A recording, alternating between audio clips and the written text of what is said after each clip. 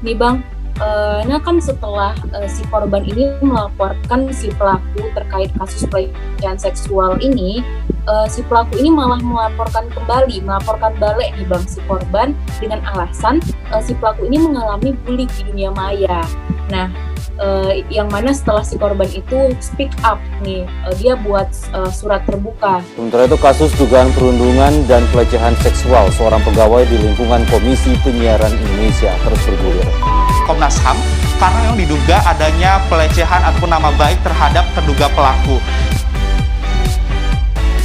Assalamualaikum warahmatullahi wabarakatuh. Shalom, Om Swastiastu, Namo Buddhaya, salam kebajikan dan salam sejahtera bagi kita semua. Dan salam Utars.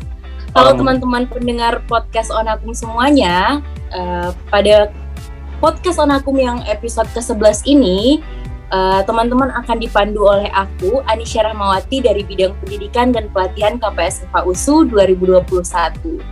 Dan di kesempatan kali ini, aku ditemani oleh rekan aku.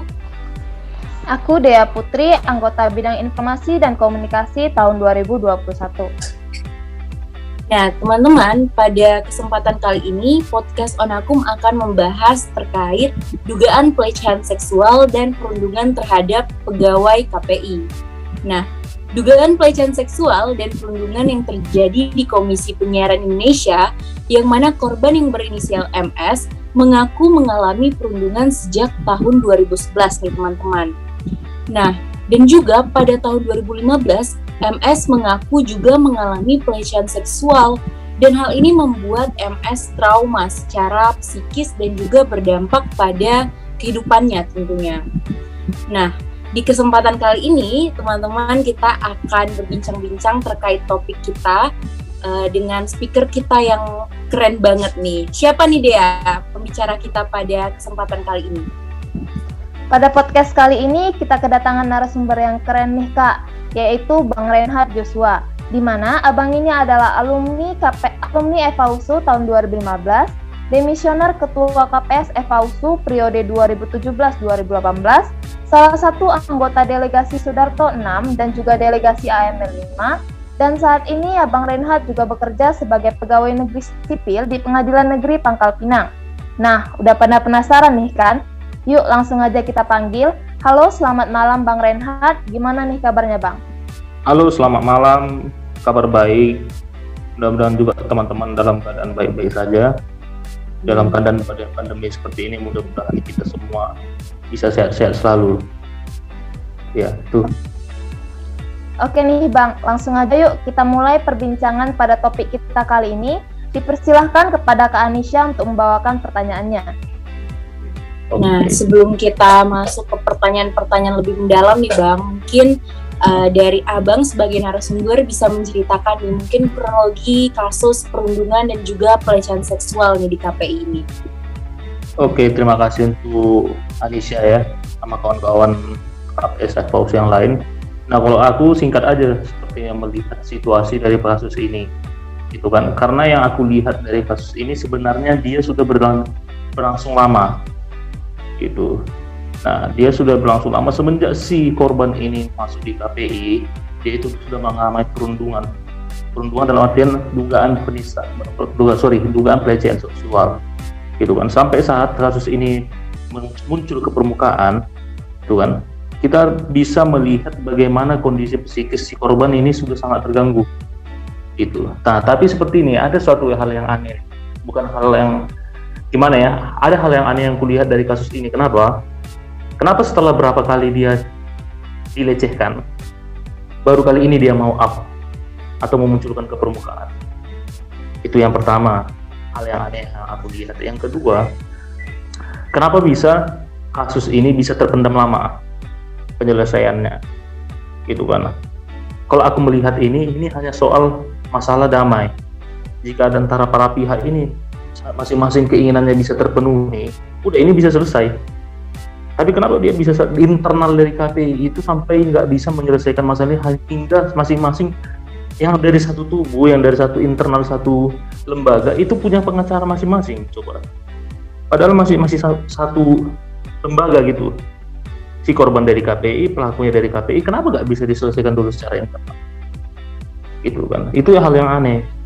Nah, maksudnya nih kawan-kawan atau teman-teman yang lain, itu pandangan dariku secara sepintas melihat kasus ini, gitu kan. Nah, kenapa dia nggak diselesaikan dulu secara internal? Jangan sampai kasus ini melebar kemana-mana. Itu sampai dikomentari oleh Hotman Paris kalau nggak salah, gitu kan. Nah, Hotman Paris juga kalau nggak salah berkomentar di Instagramnya kalau aku melihat kan, ada salah satu dari pihak itu pengen kalau misalnya perdamaian itu bisa terjadi jika salah satu pihak si korban ini keluar itu dari lembaga atau institusi, kalau tidak salah ya, bisa nanti kita klarifikasi sama-sama, gitu kan. Kenapa bisa sampai kayak gini? Ya berarti antara para pihak ini punya kepentingan masing-masing, gitu. Kenapa nggak dipertemukan aja kepentingannya? Itu dicari jalan tengah. Nah, jadi itu dulu yang aku sampaikan pada teman-teman mengenai kasus ini. Kembali ke teman-teman, ada lagi nggak yang mau ditanya gitu tentang kasus ini? Nah, kemudian bagaimana sih pendapat atau pandangan Abang terkait perlindungan korban yang mengalami kasus pelecehan seksual dan perundungan menurut hukum positif di Indonesia? Apakah sudah tepat atau masih ada yang perlu dievaluasi? Nah, kalau misalnya mengenai perlindungan korban seksual, itu kan setiap undang-undang nggak ada yang sempurna, itu nggak ada yang namanya undang-undang itu bisa bagus, betul-betul bagus melaksanakan atau melindungi atau menegakkan hukum yang sesuai dengan kondisi atau peristiwa yang terjadi. Nah, contohnya seperti ini, pelecehan seksual ini seperti kepada korban, seharusnya korban ini harus dilindungi hak-haknya, dia itu trauma secara psikis, ya kan? Dan dia pasti takut bertemu sama orang-orang yang menundung atau yang melakukan pelecehan seksual terhadapnya. Harusnya dia dilindungi. Nah, berdasarkan undang-undang hukum positif ya sebenarnya dia terkena undang-undang pelecehan seksual KUHP, gitu. Ya, yang pelakunya ya, bukan korbannya. Sorry. Nah, tapi kembali lagi kita harus melihat di peristiwa ini dari dua aspek, gitu kan. Satu dari sisi pelaku, satu dari sisi korban. Itu kan nggak serta-merta kita melihat oh iya karena dia dilecehkan, mana buktinya, itu buktinya dulu, pembuktiannya dulu, dibuktikan dulu dia memang betul-betulkah dia itu sudah memang dilecehkan berkali-kali, itu kan, atau pada saat ini aja dia dilecehkan baru kasus ini muncul, ada kepentingan tertentu dari beberapa pihak agar kasus ini nggak bisa diselesaikan secara internal, tapi harus melalui pengacara masing-masing, kemudian ini menjadi heboh, viral. Nah, kita juga harus hati-hati melihat kasus ini. Itu yang pertama. Yang kedua, seharusnya memang korban ini, ya, kalau memang dia sudah dilecehkan berkali-kali, dia memang harusnya dari awal itu dan memunculkan, maksudnya gimana ya, harus berani. Sebenarnya dia harus berani untuk melaporkan kepada pimpinan. Biar kasus ini jangan kayak gini lagi, gak viral, gak heboh kayak gini. Biar langsung diselesaikan secara internal. Gitu. Jadi nggak ada lagi pembicaraan ke depannya ketika kasus ini terjadi. Aku sudah dilecehkan berkali-kali, bukan itu. Ya, jadi dia memang harus dari awal speak up. Jadi kalau misalnya ada pertanyaan, bang, kayak mana kalau dia takut gitu kan? Nah ini kan masalah harga diri, gitu kan? Masalah harga diri itu yang memang harus berani, apalagi dia laki-laki. Dalam artian di sini kita bukan mau menyudutkan korban ya, tapi karena kita bilang perlindungan terhadap korban, ya memang dia harus dilindungi secara undang-undang, dia itu harus dilindungi, harus dipulihkan lagi traumanya secara psikis, itu kan. Nah, tapi yang disayangkan di sini, kenapa nggak diselesaikan secara damai dulu? Kepentingan dia dipenuhi oleh KPI, kan? Baru si pelaku itu harusnya ditindak tegas, itu. Tapi yang memfasilitasi pertemuan antara si pelaku dengan korban. Nah, pertanyaan lagi, bagaimana jika korban ini takut dengan si pelaku? Karena kan dia yang dilecehkan, yang namanya misalnya memediasi antara para pihak, gitu kan. Dimediasikan dulu diantara, dalam artian di sini ya, si korban ini dilakukan mediasinya secara terpisah, si pelaku juga dilakukan mediasinya secara terpisah. dalam artian kalau di pengadilan dia kaukus namanya, gitu kan. Nah kalau di pengadilan dia kan hanya dalam beberapa kasus tertentu. Cuman kan ada yang namanya dia supaya kasus ini tidak masuk ke ranah pengadilan. Ada dia beberapa cara yang bisa dilakukan di luar pengadilan. Tapi fasilitatornya pihak internal, jadi KPI. Keinginanmu sebenarnya apa? Gitu kan. Nah, kalau memang keinginan si pelaku dari awal, si korban dari awal memang ini harus ditindak, KPI bisa melaporkan langsung karyawannya. KPI yang memfasilitasi si korban ini untuk melapor, harusnya, gitu kan. Kalau aku melihat kasus ini ya, jangan ujung-ujungnya jadi seperti ini kan, antara pelaku pun jadi ada penasihat hukumnya, si korban pun ada penasihat hukumnya, padahal mereka sama-sama dari internal KPI. Kan sangat disayangkan, seolah-olah nggak ada yang bisa meredam ketegangan di antara keduanya yang dari internal KPI-nya, gitu kan. Nah, yang ketiga kan, ini berkaitan dengan ganti kerugian terhadap korban. Nah, kembali lagi aku katakan kepada teman-teman, ya kan, pembuktian itu sangat perlu, ya kan. Nah, pembuktiannya yang mana gimana, gitu kan. Korban tunjukkan atau bagaimana pada saat si korban itu berbicara dengan pihak internal KPI yang menangani masalah-masalah seperti ini, korban harus berani speak up, gitu kan. Dia itu terlecehkan itu yang gimana ya? Dia mau ganti rugi atau gimana? Gitu. Memang kalau kita lihat secara imaterial, memang kalau misalnya sudah terlecehkan itu nggak ternilai harganya. Tapi mungkin ada keinginan dari si korban itu yang harus terpenuhi. Gitu. Nah, itu bisa dibicarakan dengan si pelaku, gitu kan. Nah, ini yang nggak ada, yang saya lihat, yang aku lihat itu nggak ada. Jadi kasus ini bisa sampai viral karena masing-masing kayaknya bertahan dengan kepentingannya. Nah, yang keempat, karena kasus ini sudah kalau dari pihak si korban bilang ya, kita kan masih melihat secara objektif, dia sudah dilecehkan berkali-kali. Sudah nggak ada di KPI lagi. Aku nggak tahu gimana kode etik dari pegawai KPI ya. Tapi kalau melihat secara perkaranya ini, perbuatannya dilakukan secara berulang-ulang, itu kan apakah oleh orang yang sama atau berbeda-beda? Seharusnya nggak ada lagi. Kalau sudah ditindak di awal, yang kayak gini-gini nggak terulang lagi kepada si korban. Nah, jadi kesimpulannya apa? Apakah ini dari si korbannya sendiri yang mencoba untuk tenang dulu, mendiamkan, sehingga dia bisa mengeluarkan narasi bahwasanya dia dilecehkan berulang-ulang, atau memang ada tekanan tertentu dari pihak-pihak tertentu supaya kasus ini jangan dulu dia di-up gitu kan, atau gimana ya, jangan diungkapkan dulu ke publik sehingga si korban sudah tidak tahan lagi karena tekanan yang ada. Dia memang harus mau nggak mau, bukan harus nggak mau karena harga dirinya termasuk dilecehkan, dia memang harus berani muncul ke permukaan, gitu. Jadi aku melihat dari dua sisi dimensi antara si korban sama si pelaku, kawan-kawan, itu kan. Nah, kalau undang-undang positif sendiri yang mengatur tentang perlindungan korban, sebenarnya kita bisa membaca juga undang-undang perlindungan saksi dan korban, itu kan. Nah, sepanjang yang aku ketahui belum ada undang-undang, atau kalau kawan-kawan bisa tambahin nanti ya, atau klarifikasi, kita bisa juga sama-sama belajar. Khusus untuk korban pelecehan seksual nggak ada kayaknya hal undang-undang tertentu khusus untuk korban pelecehan seksual. Tapi untuk pelindungan saksi dan korban ada, undang-undang perlindungan saksi dan korban itu ada, gitu kan.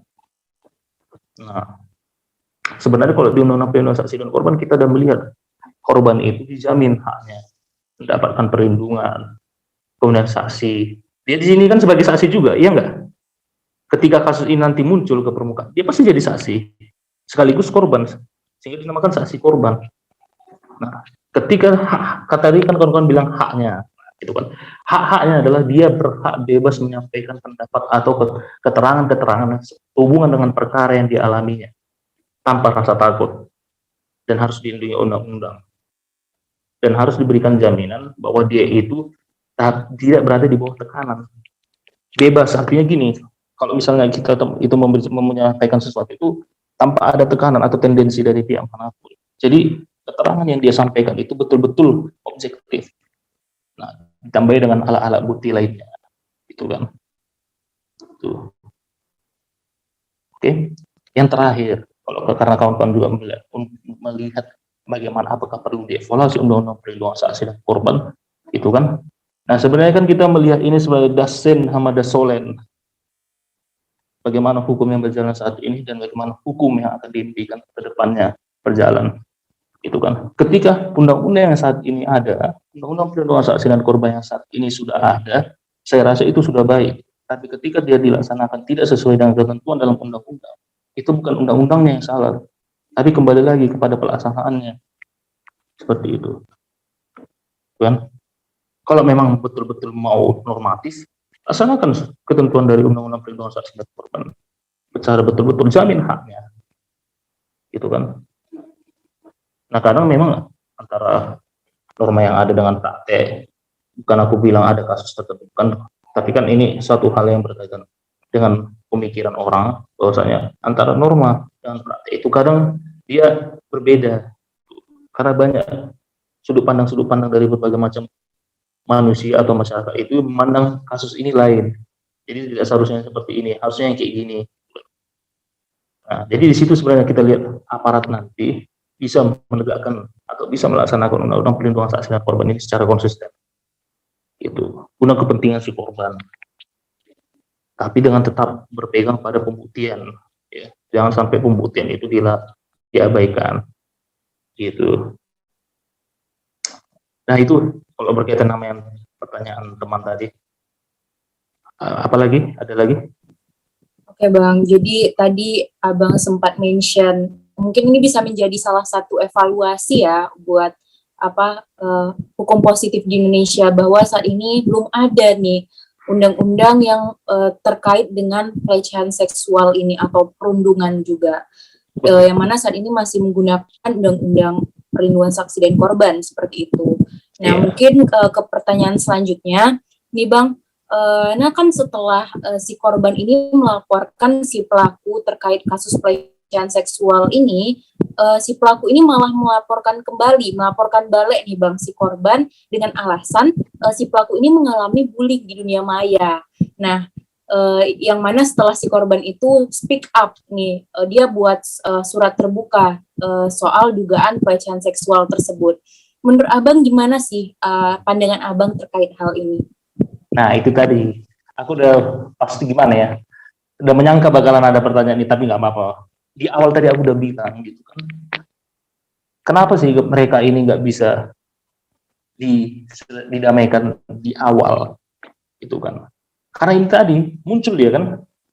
Nampak dia upaya-upaya yang tidak baik itu dari si pelaku. Dan dia belum tentu kita bilang dia masih pelaku ya. Belum tentu bersalah, karena kan kita masih memegang asas presumption of innocence, praduga tidak bersalah, gitu kan. Nah, tapi alangkah sangat disayangkan ketika si korban speak up, dia menjadi dibully. Itu tidak bisa kita salahkan si korban. Itu reaksi masyarakat, gitu kan. Kita nggak bisa membatasi masyarakat berpendapat terhadap suatu peristiwa. Itu di luar kemampuan kita. Tetapi ketika si korban sudah menyampaikan atau speak up, menyampaikan surat terbuka, nah, harusnya masyarakat kita si pelaku itu harus menangkap sinyal. Kenapa dia sampai harus menyampaikan surat terbuka?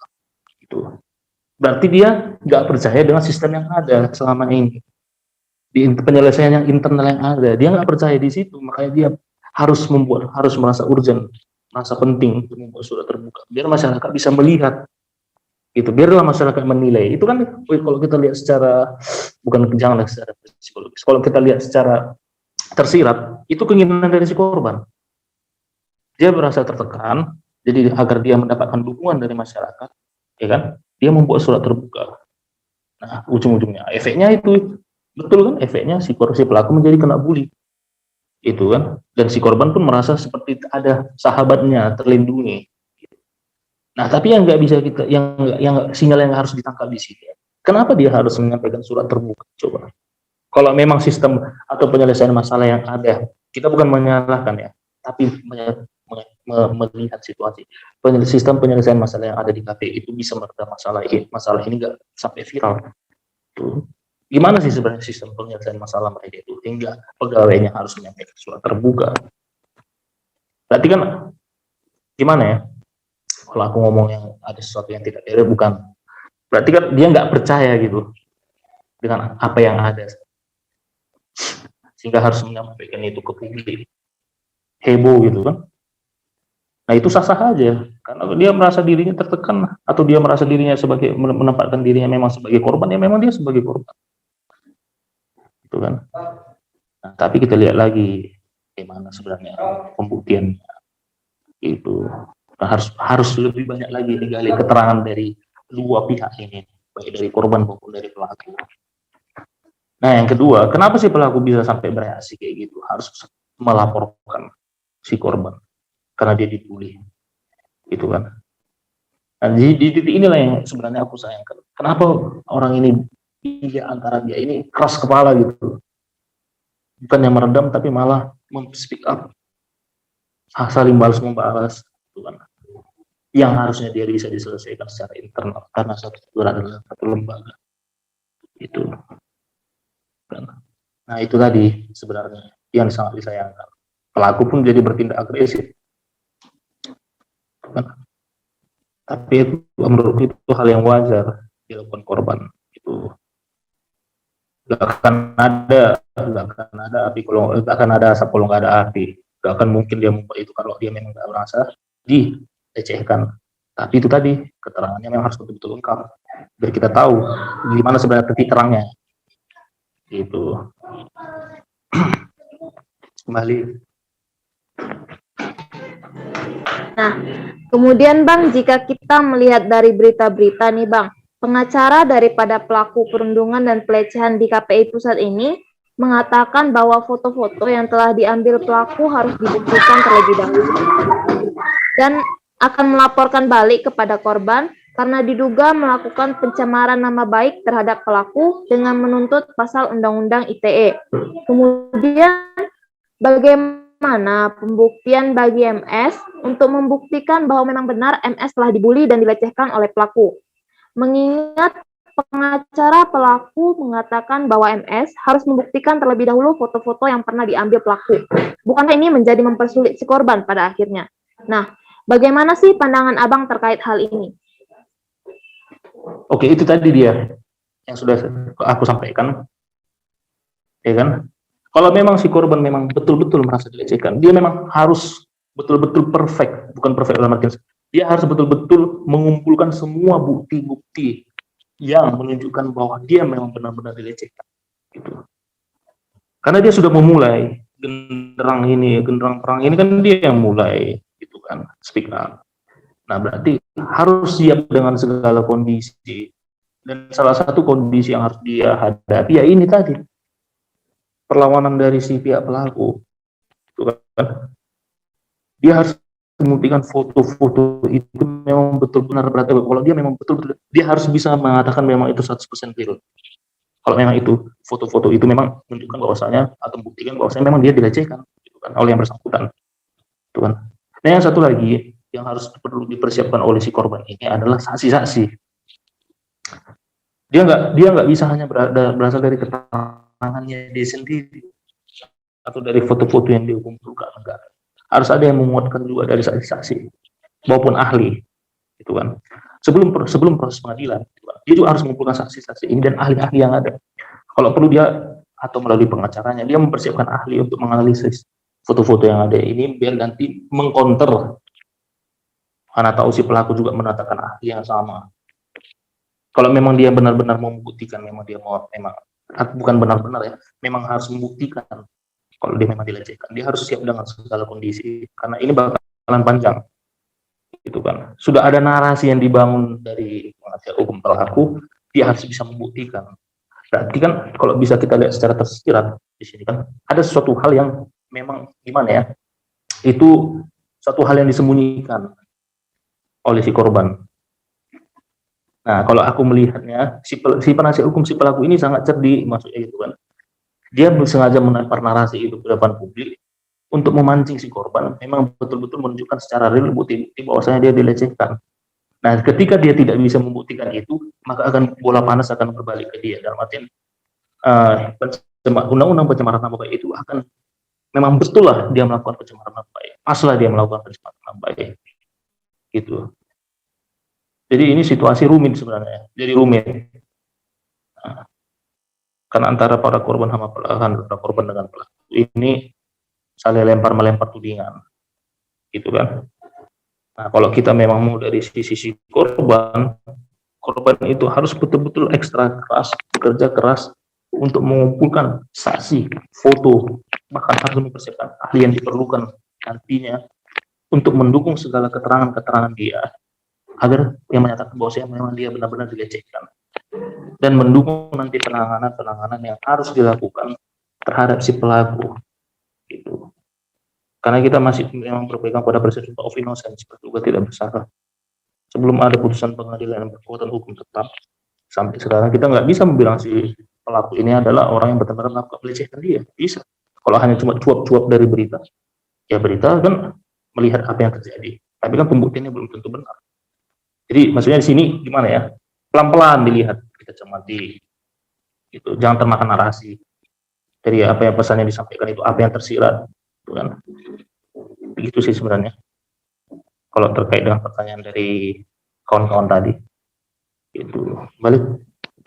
Ya Bang, pada tanggal 9 September 2021 kemarin ini, jadi terdengar berita bahwa si korban pelecehan seksual di KPI ini akan mencabut laporannya di kepolisian nih Bang, terkait hal ini.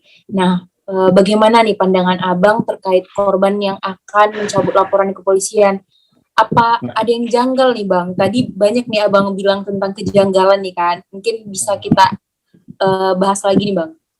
Nah ini sensitif sebenarnya ya, mengenai pencabutan laporan polisi kan. Nah maksudnya kan gimana ya dibilangnya? Itu tadi, kalau kita bicara ini kan nanti bakalan dipublis juga kan. Berarti otomatis akan menjadi tontonan umum. Jadi mohon maaf, aku memang harus bicara hati-hati. Terkait dengan mencabut laporan itu, kita nggak tahu apa motifnya, gitu kan. Apakah dia mendapatkan tekanan dari pihak tertentu, gitu kan. Apakah dia setelah pengacara pihak lawan menyatakan dia harus betul-betul membuktikan bahwa dia dilecehkan, baru dia harus mencabut laporan, gitu kan. Atau memang ada keinginan dari para pihak untuk berdamai, ya kan. Kita nggak tahu motifnya apa, gitu. Dia mau mencabut laporan polisi. Ya, seperti yang kawan-kawan bilang, katakan tadi. Nah itu tadi yang aku bilang, banyak yang disembunyikan si korban, dan banyak juga yang tidak dinampakkan ke publik, itu kan. Tapi yang menjadi pertanyaan besar, kenapa dia harus sampai speak up melalui surat terbuka, gitu, ya kan? Kenapa dia memulai di luar? Nah maksudnya gimana ya? Kalau kenapa dia harus memulai duluan kalau dia benar-benar merasa dilecehkan? Coba, itu kan. Tiba-tiba dia memang mau mencabut laporan polisi. Kalau otomatis kan kalau ini kan termasuk delik aduan. Kalau dia cabut laporan polisi, selesai kasus ini, ya kan? Selesai. Nah endingnya apa? Setelah dia mencabut laporan polisi, kemudian apa ya? Apa yang mau dicapai dari situ? Apakah ada perdamaian di balik dia setelah mencabut laporan polisi? Apakah dia mau berdamai? Dan berdamai yang aku maksud di sini adalah penyelesaian masalahnya gimana, gitu. Dia diberikan ganti rugi atau gimana? Si pelaku ini dipulihkan lagi nama baiknya, gitu kan. Nah itu tadi yang aku bilang, apa sih sebenarnya yang diinginkan si korban, apa yang diinginkan oleh si pelaku, itu yang nggak bisa difasilitasi oleh pihak KPI, gitu. Jadi kasus ini dari luar panas dulu, ya kan, di luar panas, tapi fakta-faktanya nggak lengkap, gitu. Ya kalau udah muncul di publik, digoreng sampai betul-betul jadi enak, gitu kan, jadi konsumsi publik. Nah, jangan sampai dari kasus ini ada beberapa orang yang mengambil keuntungan, ya kan. Nah, jadi itu tadi motif dia untuk mencabut laporan polisi itu apa, itu kan. Kita nggak tahu isi pikirannya, yang kita tahu adalah tindakan-tindakan yang dilakukannya. Itu. Apakah dia memang murni mencabut itu karena memang harus ada kesepakatan sebelumnya untuk penyelesaian masalahnya, atau karena hal-hal tertentu. Nah, kita kan nggak sampai ke situ menelaahnya. Kita beranggapan bahwa kasus ini, aku secara pribadi beranggapan kasus ini akan sampai ke pengadilan. karena masing-masing pihak sudah sepertinya sudah serius dengan langkah-langkah yang akan diambil. Bahkan Hotman Paris sudah berkomentar di Instagramnya. Jadi itu kembali lagi teman-teman, sebenarnya apa yang mau dicapai si korban, apa yang mau dicapai si pelaku dengan cara lempar narasi tertentu ke publik. Itu sih sebenarnya motif-motif apa yang orang ini mau capai. Kembali. Wah, gak terasa udah banyak nih informasi yang kita dapatkan dari Bang Reinhard selaku narasumber kita pada podcast kali ini. Apakah ada kata-kata penutup yang ingin disampaikan untuk para muter sekalian, Bang? Oh, misalnya kalau memang ada hal-hal yang lain mau kita diskusikan, itu kan terkait kasus ini, mungkin kita harus bicara yang lebih lengkap lagi, aturan-aturan hukumnya juga. Dari segi hukum positif tadi sudah kita bahas, tapi kan membatasi di perlindungan saksi dan di perlindungan si korbannya, gitu kan. Nah, tapi karena ini kasus belum lanjut ke pengadilan, kita belum bisa bicara banyak, ya kan? Bagaimana nanti endingnya, bagaimana nanti ganti ruginya, ya kan? Ganti rugi apabila dia sudah masuk di pengadilan, bagaimana ganti ruginya secara pidana, gitu kan? Kalau di pidana itu, kalau misalnya salah satu korban minta ganti rugi, itu harus gimana, ya kan? Rehabilitasi bagi si korban itu memang kita bisa bicara banyak sebenarnya tentang kasus ini, tapi yang perlu disoroti sebenarnya bagaimana sebenarnya kebijakan perlindungan korban pelecehan seksual di Indonesia yang tersirat dari perkara ini kan. Kemudian bagaimana sebenarnya penindakan yang dilakukan oleh lembaga-lembaga apabila terjadi permasalahan internal yang menyangkut harga diri, kemudian yang terkait dengan pelecehan seksual, baik itu terhadap laki-laki maupun perempuan, penyelesaian internal yang di lembaga itu bagaimana, itu kan. Kemudian bagaimana harus membuka informasi kepada publik itu yang gimana penyelesaian